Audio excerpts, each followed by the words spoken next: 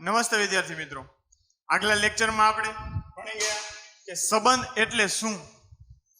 હવેનો આજનો લેક્ચર આપણો છે કે સંબંધના પ્રકાર કેટલા છે. મેં આગલા લેક્ચરમાં તમને વાત કરી હતી કે હવેનો લેક્ચર આપણે કોના વિશે હશે કે સંબંધના પ્રકાર કેટલા છે. તો સંબંધના કુલ 6 પ્રકાર છે.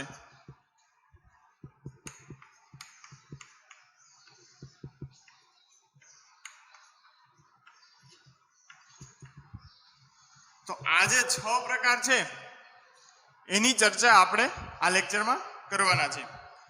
તો સૌ પ્રથમ તો સંબંધનો પહેલો પ્રકાર કયો છે? સંબંધનો પહેલો પ્રકાર છે રિક્ત સંબંધ.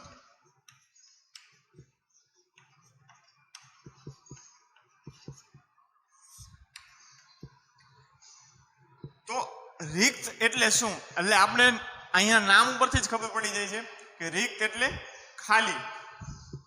તો આ જે સંબંધ હશે એ કેવો સંબંધ હશે? ખાલી. એટલે આપણે એની વ્યાખ્યા જોઈએ. તેની વ્યાખ્યા શું કહે છે કે કોઈ ગણ એના કોઈ પણ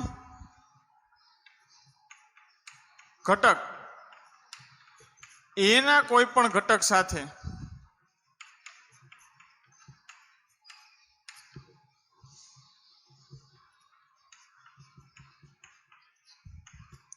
સાથે સંબંધ આર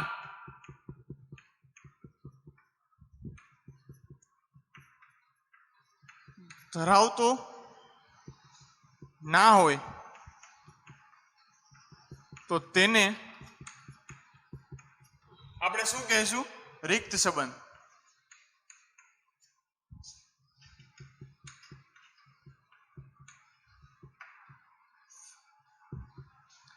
તો ગણ એનો તેના જ કોઈ પણ ઘટક એ સાથે જો એક સંબંધ ન હોય એટલે શું કીધું છે?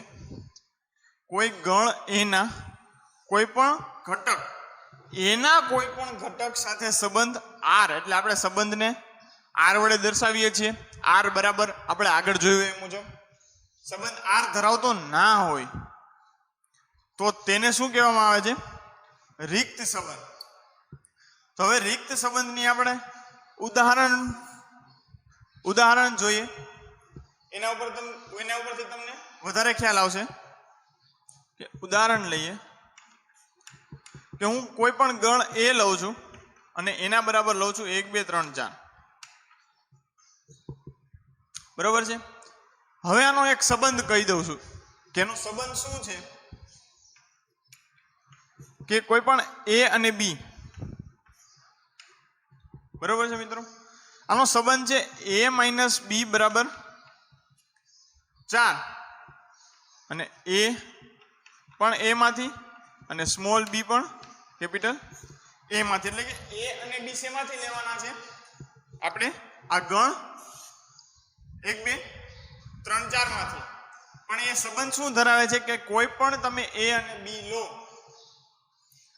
a અને b એવા લેવાના છે કે એની તમે બાદબાકી કરો તો એનો જવાબ શું આવે? 4. તો હવે તમે કોઈ પણ a અને b લો તો એનો જવાબ એને કોઈ પણ આમાંથી કોઈ પણ એક ઘટક લો અને એમાંથી કોઈ પણ ઘટક બાદ કરો તો એનો જવાબ 4 આવશે. તમે કોઈ પણ ઘટક લઈ લો, 1 લો તો 1 - 2 4 આવશે નહીં, તો 1 - 2 -1 થઈ જશે. 4 લઈ લો તો 4 માંથી કંઈ પણ ઘટક બાદ કરશો તો એ કિંમત કેવી આવશે? 4 કરતા નાની. કોઈ પણ ઘટક લો, આ પોસિબલ થશે નહીં. એટલે અહીંયા જો રિક્ત સંબંધ હોય એટલે કે આપણે શું કીધું? ખાલી. એટલે અહીંયા જે સંબંધ કેવો થવો જોઈએ? ખાલી. પણ આ કોનો ઉપગણ હશે?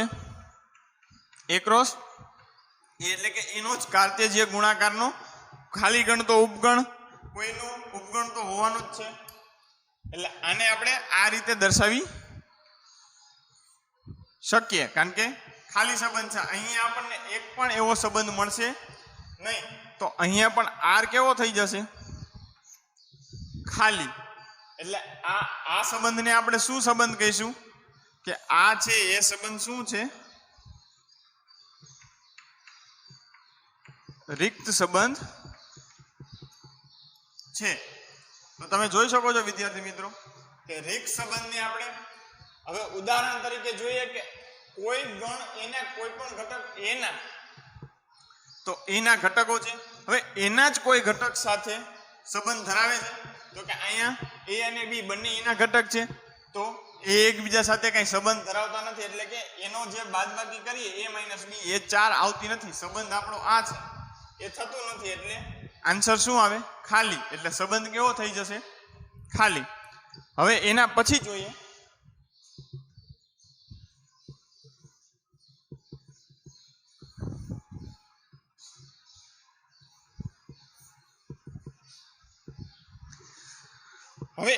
જોઈએ સંબંધનો પ્રકાર નંબર 2. તો નંબર 2 છે સાર્વત્રિક સંબંધ.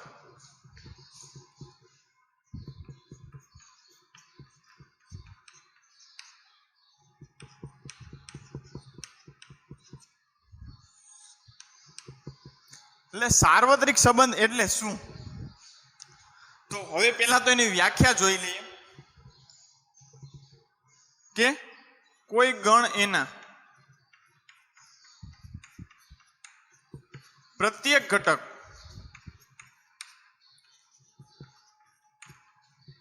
એના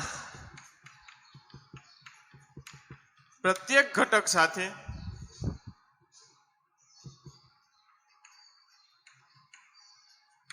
સંબંધ આર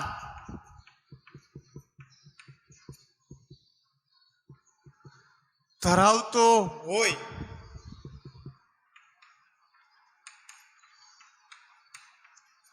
તો તેને શું કહેવાશે? સાર્વત્રિક સંબંધ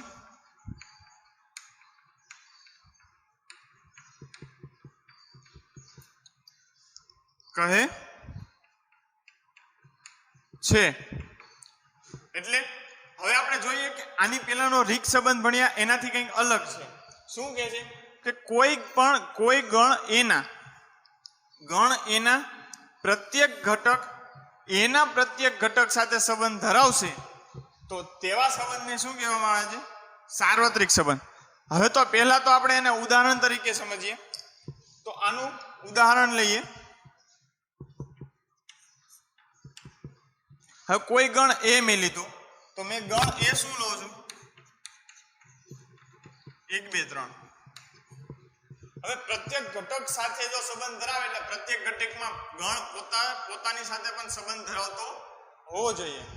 તો આના નો સંબંધ એટલે કે આર મને આપેલું છે,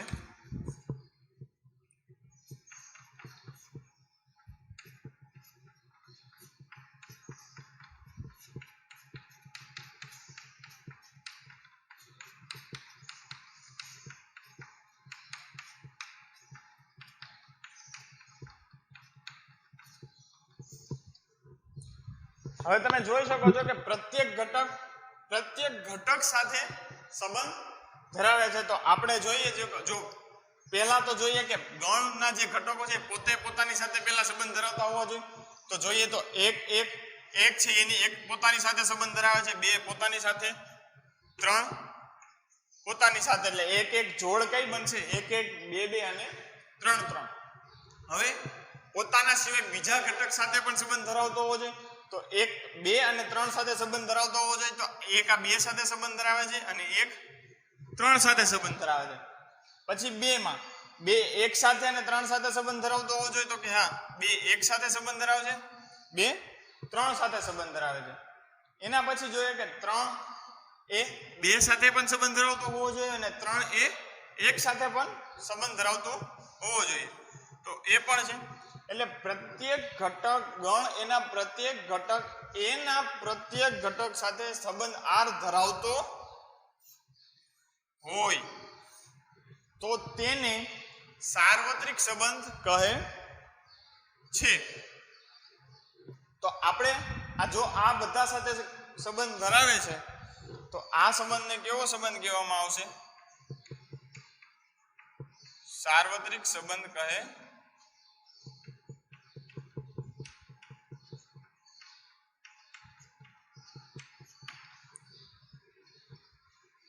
તો તમે અહીંયા જોઈ શકો છો કે સાર્વત્રિક સંબંધ એટલે શું? એટલે આપણે ગણના સંબંધના કયા પ્રકાર સમજ્યા? પહેલો તો રિક્ત સંબંધ અને બીજો સાર્વત્રિક સંબંધ. હવે આપણે સમજીએ સંબંધનો પ્રકાર 3.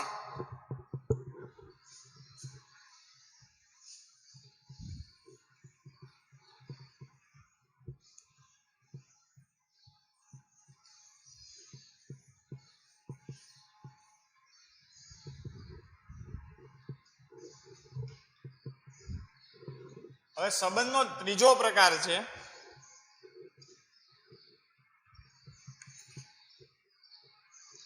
સ્વવાચક સંબંધ.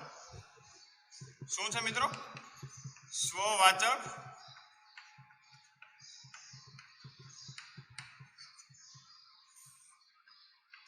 આ સંબંધને સમજતા પહેલા આપણે જે અહીંયા ઉદાહરણ પૂછી નાખ્યું એ જ પહેલા લખી લઈએ.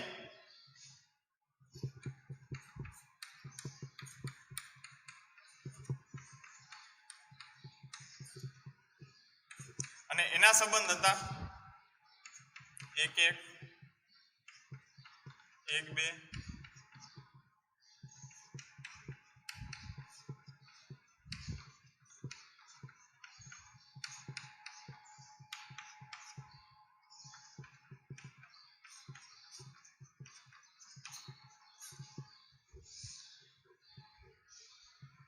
તો હવે પેલા સ્વવાચક એટલે શું? તો સાર્વત્રિક આપણે સંબંધ જ્યારે જોયા તેમાં શું કન્ડિશન હતી કે ગણ એના પ્રત્યેક ઘટક સાથે સંબંધ ધરાવતો હોવો જોઈએ. એટલે એનો મિનિંગ કે એમાં એ પોતે પોતાની સાથે પણ સંબંધ ધરાવતો હોય. તો સ્વવાચક એટલે સ્વવાચક સંબંધ એને જ કહેવાય કે કોઈ પણ ઘટક છે એ પોતાની સાથે સંબંધ ધરાવતો હોય અને એ જે સંબંધ આર માં આવી જતા હોય તો એ આર ને આપણે શું, એ આર એટલે મેં એ સંબંધને આપણે શું કહીશું? સ્વવાચક. તો અહીંયા ગણ એના ઘટક છે 1 2 3. તો આ જે ઘટક છે એ પોતે પોતાની સાથે સંબંધ ધરાવે છે? તો કે હા. અહીંયા એક સાથે એટલે પોતાની સાથે સંબંધ ધરાવે છે, 2 પણ પોતાની સાથે સંબંધ ધરાવે છે અને 3 પણ પોતાની સાથે સંબંધ ધરાવે છે. તો આ આર ને આપણે સાર્વત્રિક ગણમાં ઉદાહરણનો આપણે જોયું સાર્વત્રિક ગણ તરીકે, પણ અહીંયા આ ગણને સ્વવાચક સંબંધ પણ કહેવાય છે. કારણ કે કોઈ પણ ઘટક પોતે પોતાની સાથે સંબંધ ધરાવતો હોય તો તેવા સંબંધને સ્વવાચક સંબંધ કહેવાય છે. એટલે સ્વવાચક એટલે સ્વ એટલે પોતે પોતાની સાથે જ. તો આપણે એને વ્યાખ્યા પ્રમાણે જોઈએ કે પ્રત્યેક કોઈ પણ એ છે એમાં છે તો એટલે કે પોતે પોતાની સાથે ઈ કેમાં હોવો જોઈએ? આર માં. હવે એક છે ઈ એમાં છે તો હવે શું એવું આર માં હોવું જોઈએ? એક એ શું હોવું જોઈએ? આર માં. તો એક આર માં છે. પછી 2 છે એ એમાં છે તો 2 શેમાં હોવું જોઈએ? આર માં. હવે પછી છે 3 છે ઈ એમાં છે. પછી 3 શેમાં છે? તો કે આર માં. તો આને આપણે કહી શકીશું સ્વવાચક સંબંધ. એટલે કે એ જો એમાં હોય તો જોડ છે એ આર માં હોય તો ગણ એ પર શું કયો સંબંધ છે વ્યાખ્યાયિત? ગણ એ પર વ્યાખ્યાયિત સંબંધ આર ને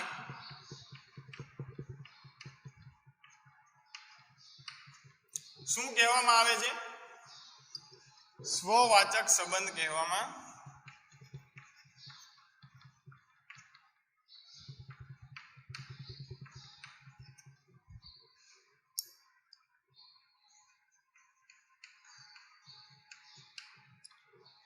તો આને આપણે કેવો કહીશું? સ્વવાચક સંબંધ કહેશું. તો મિત્રો આપણને 3 સંબંધ થઈ ગયા. રિક્ત સંબંધ, બીજો સાર્વત્રિક સંબંધ અને ત્રીજો સ્વવાચક સંબંધ. હવે આના પછીનો સંબંધ છે આપણો સંમિત સંબંધ.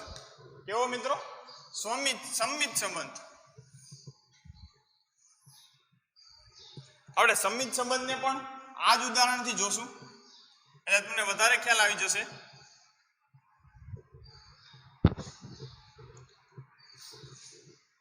હવે આપણે ચોથો સંબંધ છે સંમિત સંબંધ.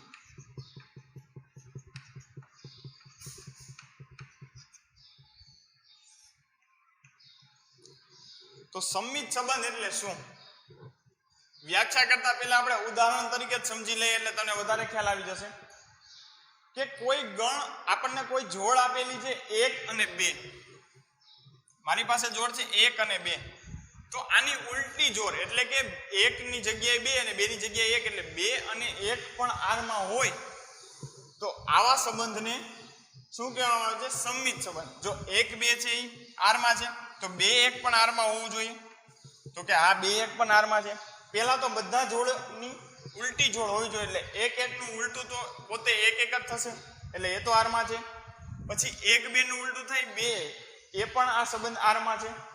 પછી આવે છે 1 3 તો 1 3 નું ઉલટી જોડ થાય 3 1 તો 3 1 છે એ પણ r માં છે.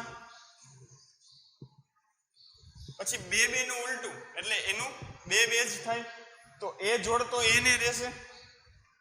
પછી આવે છે 2 3 2 3 જોડની ઉલટી જોડ કઈ થશે? 3 2 તો 3 2 પણ r માં છે. અને વધુ 3 3 તો 3 3 ની ઉલટી જોડ શું થશે? તો કે એ પોતે જ થશે તો એ તો r માં છે જ. તો આવા સંબંધને સંમિત સંબંધ કહેવામાં આવે છે. જો હવે અહીંયા લખીએ પ્રત્યેક જો a અને b r માં હોય તો b અને a પણ શું શેમાં હોવું જોઈએ? r માં. એટલે ab એટલે કે 1 2 જો r માં છે તો 2 1 પણ શેમાં હોવું જોઈએ? r માં. તો ગણ a પર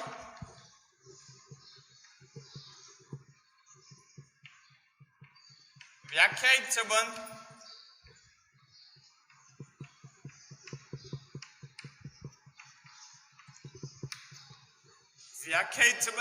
r ને શું કહેવામાં આવે છે?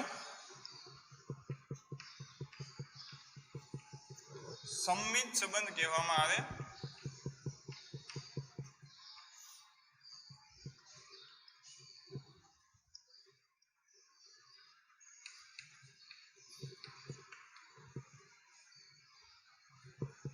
તો આ આપણી વ્યાખ્યા થઈ. આપણે ઉદાહરણ તરીકે ને વધારે સ્પષ્ટ સમજી ગયા.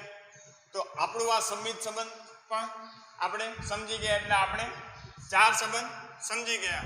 હવેનો સંબંધ છે પરંપરિત સંબંધ એટલે કે સંબંધ નંબર 5.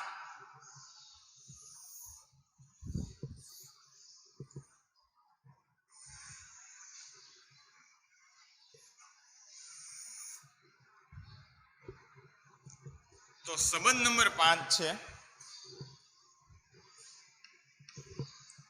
પરંપરિત સંબંધ.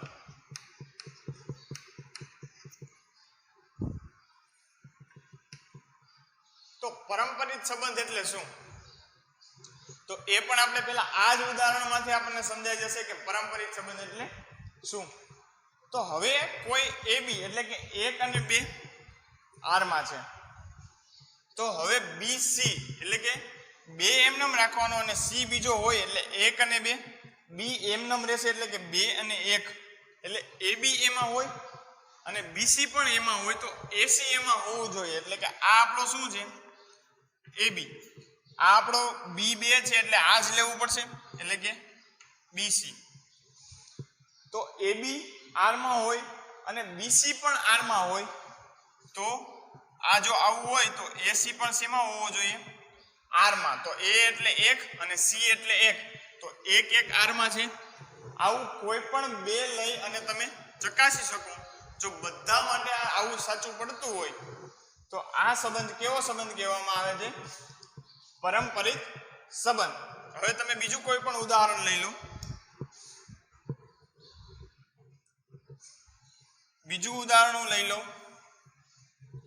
1 3 અને 2 1 3 3 2 1 3 3 2 કોઈ પણ મેં બે જોડ લઈ લીધી તો આનો ab આ bc તે તો આનો ac શું થશે? 1 અને 2 તો 1 2 અહીંયા છે તો કે આ રહ્યો તો આ જો બધી જોડ માટે સાચું પડતું હોય, કોઈ પણ બે જોડ, અહીંયા કોઈ પણ બે જોડ માટે પ્રત્યેક જોડ માટે સાચું પડતું હોય તો આને આપણે શું કહીશું? પરંપરિત સંબંધ. તો હવે આપણે એની વ્યાખ્યા સમજીએ. પ્રત્યેક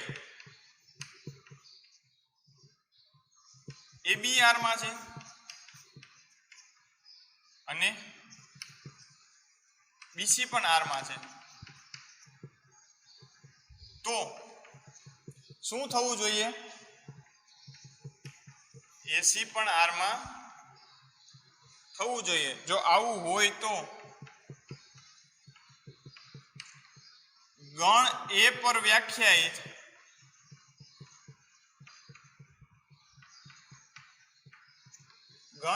વ્યાખ્યાયિત સંબંધ R ને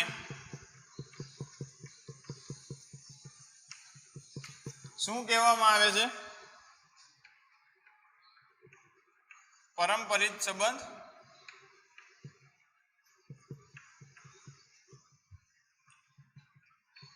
કહે છે. તો આને પણ આપણે ઉદાહરણ તરીકે વ્યવસ્થિત રીતે સમજી ગયા. હવે સંબંધનો છેલ્લો પ્રકાર શું છે? સામ્ય સંબંધ.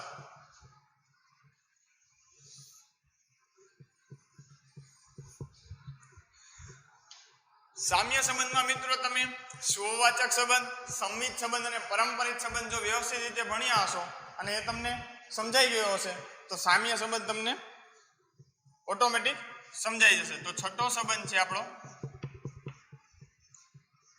સામ્ય સંબંધ.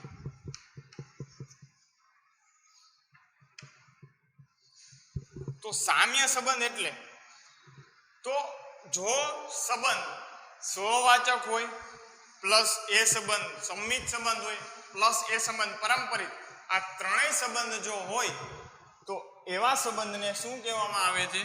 સામ્ય સંબંધ. તો જો સંબંધ R એટલે સંબંધ R એ કોઈ ગણ પર વ્યાખ્યાયિત સંબંધ છે.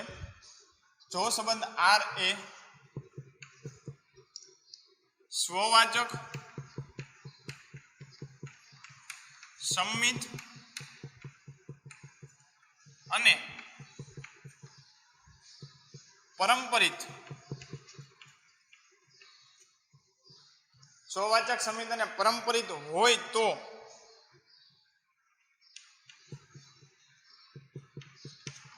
આ સંબંધને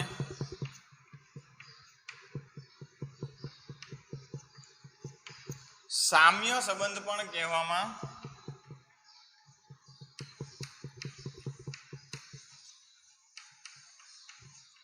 કહેવાય. એટલે શું આ સંબંધ માટે શું હોવું જરૂરી છે? કે પેલો એ સ્વવાચક હોવો જોઈએ, બીજો એ સંમિત હોવો જોઈએ અને ત્રીજો એ પરંપરિત. આ ત્રણમાંથી કોઈ એક પણ ના હોય તો આ સંબંધ સામ્ય સંબંધ થશે નહીં. એટલે આ સંબંધને આપણે જો અહીંયા આપણે આ ઉદાહરણ પરથી આપણે સ્વવાચક સમજ્યા તો કે આ સ્વવાચક છે, પછી આ ઉદાહરણ એ સંમિત સંબંધ છે અને આ જ ઉદાહરણ શું છે? પરંપરિત સંબંધ પણ છે.